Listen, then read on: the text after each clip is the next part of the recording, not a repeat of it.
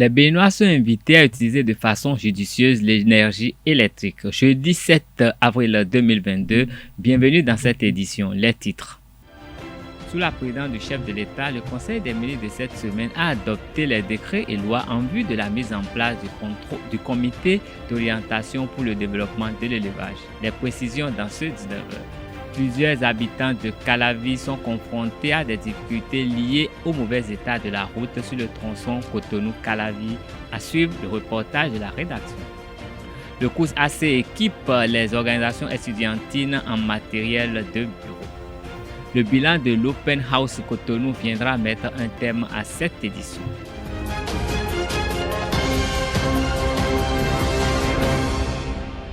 Mesdames et messieurs, bonsoir. Comme je vous l'annonçais en titre, le gouvernement du Bénin prend des dispositions pour impulser le développement de l'élevage à travers la mise en place du comité d'orientation pour le développement de l'élevage. La décision a été prise au cours du Conseil des ministres de ce mercredi. Les détails avec le compte-rendu du Conseil des ministres délivré par le porte-parole du gouvernement Wilfrid Léandre Humbedi. Au chapitre des mesures normatives. Mise en place du comité d'orientation pour le développement de l'élevage. Les différentes initiatives du gouvernement entrant dans le sens de la promotion de l'élevage méritent d'être renforcées en vue d'obtenir des résultats plus probants. Cela passe par l'effectivité d'un cadre stratégique de réflexion pour prendre en charge de façon holistique la question du développement de l'élevage et de la promotion des éleveurs. C'est ce qui justifie la mise en place du comité d'orientation pour le développement de l'élevage. Il aura pour mission notamment de coordonner la mise en œuvre des directives du gouvernement destinées à favoriser l'essor de l'activité ainsi que la cohabitation harmonieuse entre agriculteurs et éleveurs. Aussi, le Conseil a-t-il adopté le présent décret portant création, attribution et composition du dit comité.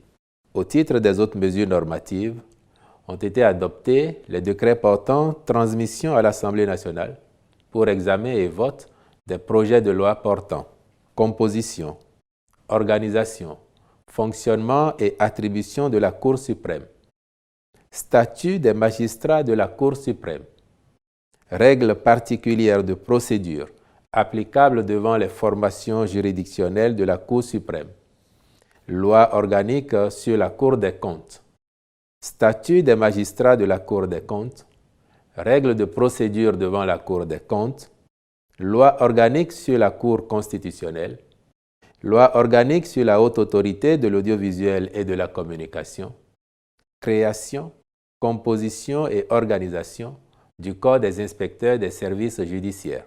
De même, ont été adoptés les décrets portant approbation des statuts des structures ci-après.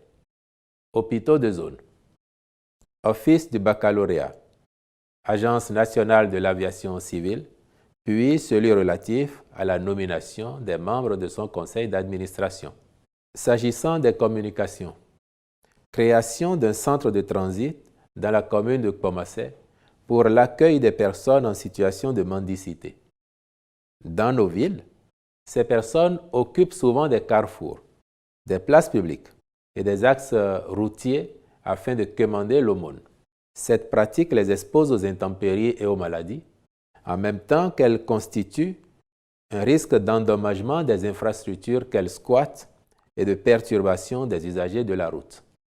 Par ailleurs, le phénomène expose à la violation des droits humains et constitue aussi une source d'insécurité.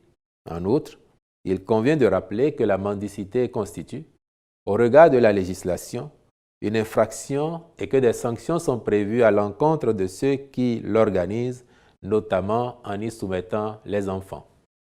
C'est pour arrêter progressivement ce fléau que le gouvernement a décidé d'instituer un dispositif de dissuasion et de transit des personnes en situation de mendicité, en commençant par la ville de Cotonou. Celle-ci consiste en la création et en l'animation d'un centre qui sera basé à Kpomassé Centre, dans les infrastructures actuelles du site ayant abrité par le passé des réfugiés et dont une partie sera réhabilitée. Sur place, pendant une période d'1 à 3 mois, ces personnes selon leurs conditions et les catégories auxquelles elles appartiennent, seront prises en charge et préparées à quitter la situation de rue. Le Conseil a instruit les ministres concernés de veiller au bon fonctionnement du centre en vue d'atteindre les objectifs visés. Les consommateurs béninois sont désormais fixés sur les causes de la hausse des factures de la SBEE. Au cours d'une session de formation organisée dans le cadre de la Semaine de l'énergie, les différentes causes de la hausse ont été expliquées aux journalistes. Le directeur général des ressources générales énergétiques, DGRE, a évoqué plusieurs facteurs. Hassan Todéman a évoqué le fait de ne pas éteindre complètement les appareils électroménagers lorsqu'ils ne sont pas utilisés, le fait de ne pas éteindre les veilleuses de la télévision et des multiprises ou rallonges, et le fait de ne pas utiliser des ampoules de bonne qualité et à coût réduit. Il recommande aux consommateurs d'utiliser juste ce dont il a besoin. Le DGRE conseille le contrôle des ampoules par ses services installés sur la place de l'Étoile Rouge à l'occasion de la Semaine de l'énergie électrique du 4 au 9 avril afin d'éviter l'usage des ampoules de mauvaise qualité. Le gouvernement du Bénin exécute plusieurs projets pour le mieux-être des populations, mais les besoins et les sollicitations ne manquent pas. Pour exemple, le projet asphaltage en marche au Bénin depuis quelques années s'occupe de la reconstruction et de l'aménagement des routes. Mais quelques poches attendent d'être touchées par la construction et l'aménagement des routes. C'est le cas de la route Cotonou-Calavi. Les environs de Ouédonou dans l'arrondissement de Godomé vivent des cas d'embouteillage et d'accidents fréquents dus à l'état de la route qui est défectueuse et dégradée et jonchée de nids de poules. Les habitants de la ville de Calavi implorent les autorités compétentes pour juguler ces problèmes. Anaël Dou et Quentin Amoussou sont allés faire le constat ce jeudi 9 avril 2022. Suivez leur récit. Nous sommes à Calavi, dans l'arrondissement de Godomé. Ici, la route est impraticable au niveau du pont de Ouédonou. Les conducteurs de taxi-moto sont les premières victimes de l'état de la route.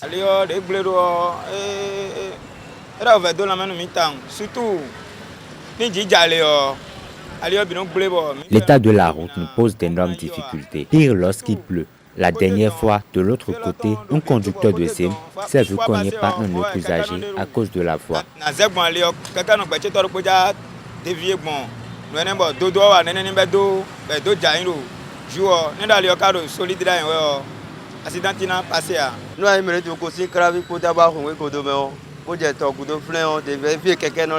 Lorsque tu quittes Calavi pour Godomé, la voie est totalement impraticable, ce qui crée des embouteillages et des cas d'accident.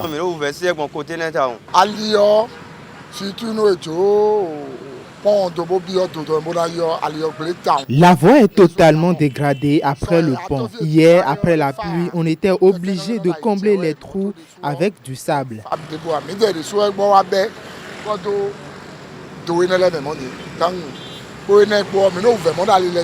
Certains usagers de la route, pour éviter les nids de poules, transgressent les règles et tombent dans les mailles de la police républicaine.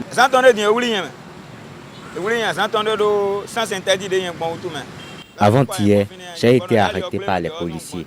Ils m'ont pris 3 000 francs CFA parce que j'ai laissé le trafic local pour passer par le couloir des véhicules.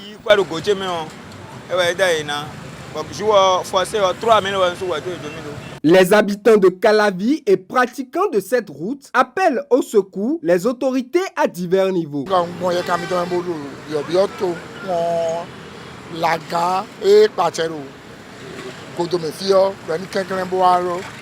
Je passe par ce canal pour demander aux autorités de Calavi de penser à nous. Le chef de l'État est à l'œuvre, mais il reste certaines zones comme celle-ci à réfectionner.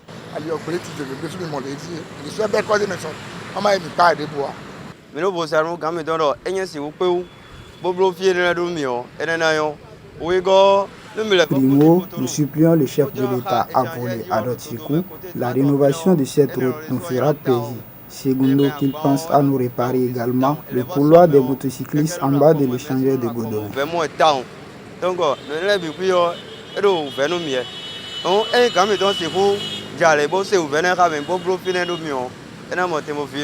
Une réaction imminente des autorités serait un soulagement pour les usagers de cette route.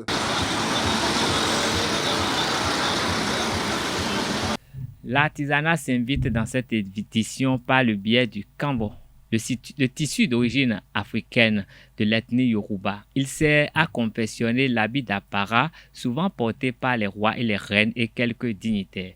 Aujourd'hui, le pain tissé est un modèle d'habit qui est vulgarisé et adopté par plusieurs maisons qui sont dans la mode. C'est l'exemple de Mondoubre. La responsable de cette entreprise nous renseigne sur les usages de ce tissu tissé. Le pain tissé Kambo, c'est un pain qui existe depuis la nuit des temps. C'est un pain qui est porté par les rois. Et quand ils sortent, à travers chaque symbole qui se retrouve dans cette étoffe, on pouvait donc passer un message, que ce soit de la hiérarchie la plus forte à la plus petite. Chaque symbole que l'on retrouve dans ce pain a un message spécifique, bien codé, qui est délivré aux personnes qui sont initiées. Et habituellement, à l'époque donc, de ces rois, de ces dignitaires-là, qu'est-ce qui se faisait à des occasions spécifiques, des sorties d'enfants, des baptêmes, des cérémonies d'intronisation du roi. C'est ce pain royal, prestance, avec toute la prestance que cela comporte, c'est ce pain-là que ces rois-là portaient. Et si vous allez au palais de la Marina, vous allez voir trôner fièrement parmi les trésors qui ont été restitués dernièrement un ensemble avec un pantalon en pain tissé qu'on protège soigneusement. Et quand on revient sur le Kambo, c'est comme tout secteur d'activité, il y a le haut de gamme, il y a le moyen de gamme, il y a le bas de gamme. Mais dans toutes les gammes disponibles, il faut comprendre qu'il y a l'aspect qualité qui est remarquable et qui n'est même pas comparable aux autres types d'étoffes. Pour beaucoup, le vaudou est considéré comme une pratique diabolique à craindre et à éviter. Un regard erroné selon Sylvain Kwasi. Il pense que le vaudou dans sa globalité et son aisance permet plutôt au peuple d'être souverain. Une souveraineté selon lui qui s'étend du domaine politique à l'armée et au spirituel. Des déclarations faites au micro de Jacques Maouillon d'Almeda. Quand nous parlons de la République, on parle déjà du peuple. Le peuple qui est souverain. Et la souveraineté qui nous manque aujourd'hui en Afrique, ce n'est pas la souveraineté sur le plan militaire ni sur le plan économique. La souveraineté de l'être. Ça veut dire quoi? C'est que l'individu est roi. Il est souverain. Pour que l'individu soit roi, qu'il soit souverain, pour que l'individu devienne le défenseur des choses publiques, des choses de l'État, il faut que l'individu soit un adepte du vaudou. Il faut que l'individu accepte d'étudier le vaudou. On n'étudie pas le vaudou comme on étudie l'enseignement général. Non. On étudie le vaudou avec le cœur, avec l'enthousiasme. Parce que le vaudou permet à l'individu d'être l'être accompli, l'être qui maîtrise le soi divin. En celui-là seulement que le côté supérieur de l'être élevé en lui se fait obéir par le côté inférieur. En ce moment, que parler de la dignité de l'homme vaudou. Et c'est la dignité qui manque aujourd'hui à nos politiciens. Comment des êtres vils, ignorants, je peux dire, peuvent diriger le peuple souverain. Les gens qui ne connaissent pas la souveraineté, qui n'ont pas cette dignité, qui ne protègent pas les choses publiques, peuvent diriger. On ne va pas attendre que le blanc viendra nous apporter cette souveraineté. Le blanc nous a donné l'indépendance déjà. C'est à nous, dans la quête de cette souveraineté, en allant au vaudou, le vaudou qui libère. C'est pour ça que cette année, le phare de cette année, qui est le site de samedi, parle de cette liberté qui restaure. La connaissance qui restaure. La liberté perdue. entièrement ou partiellement. Et cette connaissance de samedi est la connaissance meilleure du vaudou. Donc je demanderai aux chefs d'État africains qui m'écoutent de faire un pas en arrière vers ce que l'Église appelle le paganisme. Le retour vers le néopaganisme, le retour vers le vaudou sera le sort, le retour vers le développement de l'Afrique, tant désiré, tant souhaité par la jeunesse africaine. Non, ça, nos prêtres aujourd'hui ne sont pas dans le vaudou, ils sont dans le fétichisme. Ils ne sont pas dans l'animisme même. Non, l'animisme n'est pas le fétichisme. L'animisme, c'est une religion noble. Eux, ils sont dans le fétichisme. Mais comment, mon cher Jacques, imaginez-vous que ce que tu as créé qu'un condensateur fluidique. Et tu amènes, ça s'appelle Sapata, tu amènes le goût, tu amènes ceci, peut te sauver.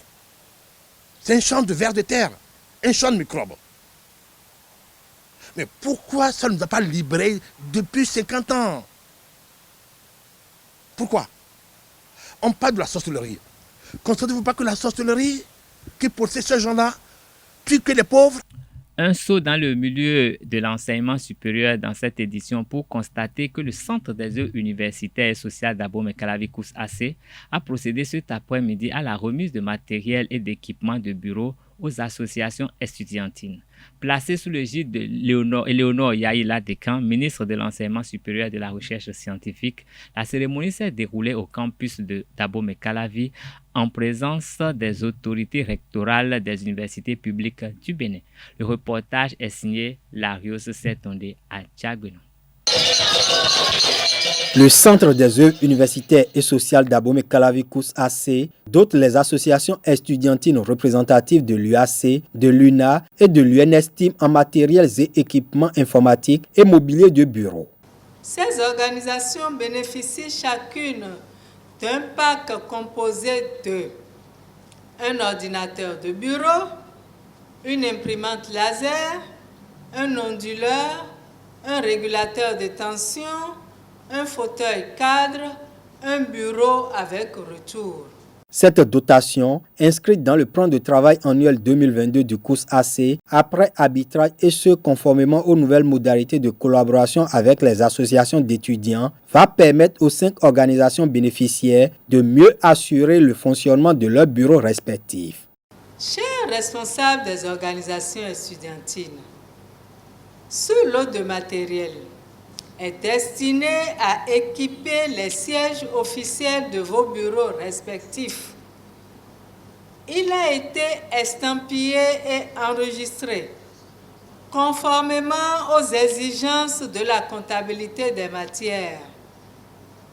Il reste donc dans le patrimoine du COUS-AC et doit faire l'objet de passation de service d'un bureau à un autre au rythme du renouvellement de vos instances. Les responsables étudiants soulignent l'utilité des matériels reçus dans l'accomplissement de leur mission et leur relation avec les institutions universitaires. Je voudrais, en leur nom, remercier personnellement Madame la directrice du COUS-AC pour avoir bien voulu doter les différentes organisations des matériels bureautiques, ces matériels qui nous seront vraiment utiles. Nous sommes tous des organisations créées il y a un certain nombre d'années et nous perdons à saisir des documents, à effectuer des impressions, alors que chaque jour, nous envoyons des correspondances aux différentes administrations. À travers ce don, le COUS-AC satisfait un besoin latent des associations estudiantines. Le maire de la commune d'Abomey-Calavi, membre du conseil d'administration du COUS-AC et le recteur de l'UAC saluent la démarche de la DECOUS et de son équipe. C'est heureux que les autorités décident d'accompagner les associations estudiantines, de les doter du matériel didactique afin que ce travail soit bien fait. C'est quel travail? Un travail d'accompagnement. Je remercie la directrice de COUS qui a voulu satisfaire une partie des doléances des étudiants, ceux-là que nous avons toujours rencontrés. Ce n'est que le début d'une aventure que nous allons poursuivre jusqu'à la fin. ce sont des équipements qui appartiennent à vos organisations et non pour un individu. Pour assurer une utilisation judicieuse des matériels et équipements, le COUS-AC a défini un cadre réglementaire. Le ministère de l'Enseignement supérieur et de la Recherche scientifique va également veiller au grain. Les équipements que vous avez reçus sont déjà énumérés, les pratiques sont définies, un règlement intérieur, règlement de gestion des matériels sportifs, culturels et autres. Je vois que ça a été déjà défini et pris. Ça veut dire que le chemin est tracé pour faire un bon usage. Il ne me reste qu'à souhaiter que tout se passe vraiment bien. Il ne me reste qu'à souhaiter que ces matériels-là soient développés ou disposés dans un bon endroit. Moi, j'enverrai des gens vérifier leur état. Vous savez, le recteur l'a dit tantôt, il lui arrive de se déguiser. Tout le monde se déguise, vous aussi vous déguisez. Donc c'est un jeu commun à tout le monde. Donc nous allons également nous déguiser pour venir voir dans vos bureaux là, dans quel état vous les installez. L'autorité ministérielle instruit la direction du COUS-AC à doter les associations estudiantines bénéficiaires des kits de connexion Internet dans la mesure du possible. La part des sports pour mettre un terme à cette édition. L'organisation de l'Open House Cotonou by FBBI a pris fin le dimanche dernier au centre communautaire EYA de Cotonou. Un camp pour les équipes nationales 3 contre 3, toutes catégories U18, U21, U23 et seniors. Grâce au concept Drills Paris House et qui s'est achevé par un tournoi international de basketball 3 contre 3. Le président directeur général de Drills Paris, Jean-Marc Aloumou, a fait le bilan de l'Open House de Cotonou. Des propos recueillis par Inès Colombe Oussou. Sur l'Open de Cotonou, je dirais que je suis très satisfait. Pourquoi? Parce que les coachs ont été formés, ils ont appris beaucoup de choses, ont eu beaucoup de retours positifs. Les arbitres étaient très satisfaits du résultat qui ont été faits. Il y a eu certains qui ont été diplômés. Idem sur les coachs, il y a eu, je crois, presque 80% des coachs qui ont été diplômés sur cette formation. Au niveau des camps, c'était magnifique. On a eu beaucoup de jeunes, on a eu beaucoup de personnes qui sont venues voir, qui sont venues apprendre comment travailler, comment former, comment structurer, quelles sont les stratégies de jeu qui sont adaptées à différents types de morphotypes de joueurs. Et la preuve, c'est que l'équipe qui a gagné a participé au camp. Et on a vu la transformation de cette équipe, la transformation même de la stratégie de jeu, des écrans, des techniques de jeu qui ont été assimilées lors du temps et qui ont été mises en place sur le tournoi. Ce qui fait qu'ils ont battu les équipes nationales du Bénin, ont battu les Togolais et en finale ils ont battu les Burkinabés.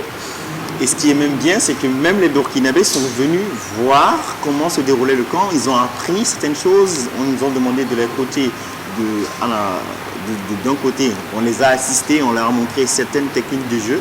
Ce qui a fait que le Burkina, donc en fait les deux équipes nationales qui ont assisté au tournoi ou qui ont même participé ou ont reçu des coachings de la part de nos coachs, se sont retrouvés en finale. C'est un exploit. Ça prouve que ce qui a été fait est positif.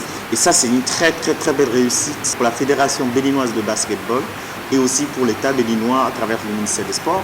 C'est le classement du Bénin. Le Bénin est passé du 86e rang mondial à la 36e place, si je ne me trompe pas, sauf erreur de ma part.